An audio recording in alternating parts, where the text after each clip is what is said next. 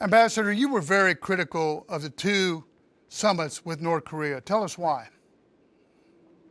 Well, I think first, the President of the United States carries a legitimacy and an importance in the world that you can't buy for love or money.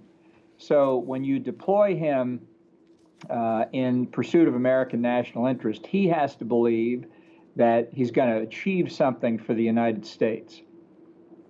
Frankly, meeting with the dictator of a 25 million person prison camp, which is what North Korea is, I think gave Kim Jong-un stature and legitimacy that he didn't deserve, and that didn't enhance the chance for a deal on the nuclear program, and that in some respects diminished the office of the presidency of the United States. Now, obviously, Trump completely disagrees with that, but I still hold to what you might call a more traditional view.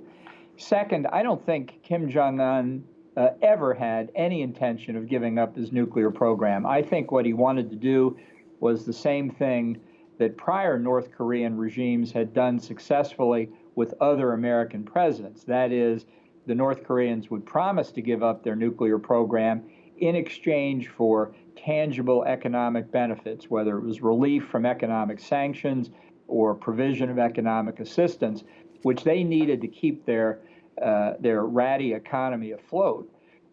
And then they would renege on the promise to give up their nuclear weapons. Look, it's nothing new for North Korea to promise to give up nuclear weapons. They've done it 4 times in the last 30 years. It's just funny how they never quite get around to it. So I didn't think there was a chance of success.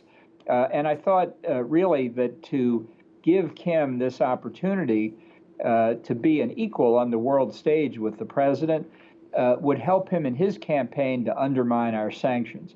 So I was skeptical of it from the beginning. So safe to say it was a good PR event for Kim Jong-un and not really anything beneficial for the United States.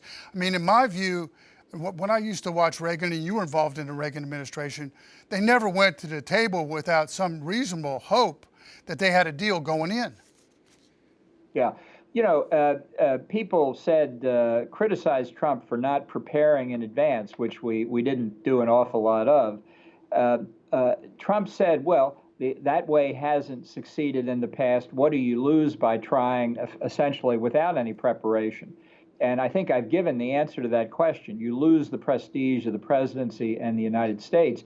And it's impossible to believe on anything this critical that you're willing to take a gamble on the word of the leader of the world's only hereditary communist dictatorship. I mean, come on.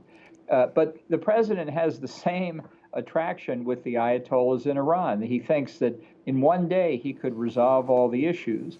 And that does cause me great concern, because I think the Ayatollahs would look at that from their perspective much like Kim Jong-un did. I'm sure they talk all the time about how it is to deal with the Americans and how it is to deal with Donald Trump. And it's a mistake to think that they don't understand that they're playing a very different game than what Trump thinks they're playing.